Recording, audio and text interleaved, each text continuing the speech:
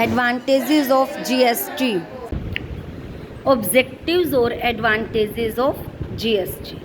उद्देश्य क्या है, यह जीएसटी को क्यों अपनाया गया, इसके फ़ायदे क्या हैं। फर्स्ट है हमारे पास बेटा decrease in cost of goods.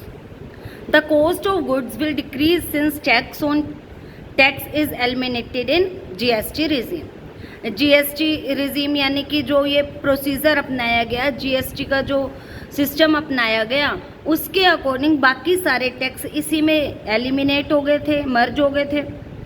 In pre GST, जब प्री जीएसटी था, जीएसटी नहीं आया था, तब बहुत सारे इनडायरेक्ट टैक्सेस चार्ज किए जाते थे, सेंट्रल गवर्नमेंट के द्वारा भी, स्टेट गवर्नमेंट के द्वारा भी।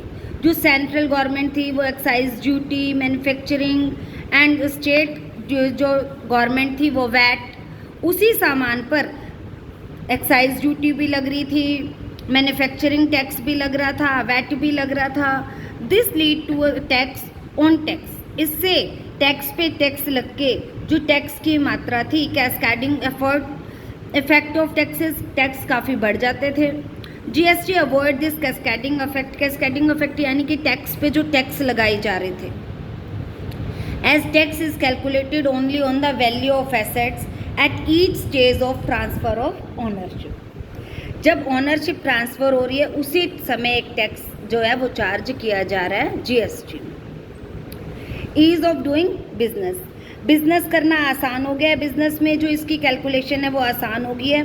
इन a pre GST period there were multiple type of indirect taxes such as excise duty, sales tax, service tax etcetera, and as a result a business was required to register itself separately under each such act. पहले जब बहुत सारे tax लगते थे, excise duty, sales tax, service tax, तो हर business को हर tax के अकॉर्डिंग अपने आप को रजिस्टर्ड कराना पड़ता था। The introduction of GST has eased the doing of business because now it will be registered and administrated only under the indirect taxes and such that GST. अब business को सिर्फ जीएसटी के अकॉर्डिंग ही अपने आप को रजिस्टर कराना होता है। Developing common national market. GST is levied at the same rate on similar goods and services across all states and union territories. For example, electronic goods sold across India are levied at the rate of 18%। हर जगह same rate है। जब जैसे example लिया इन्होंने electronic goods का, all over India 18% ही charge किया जाता है। Reduction in tax evasion. GST is administered through computer system, electronic return filing and assessment has reduced tax evasion and compliance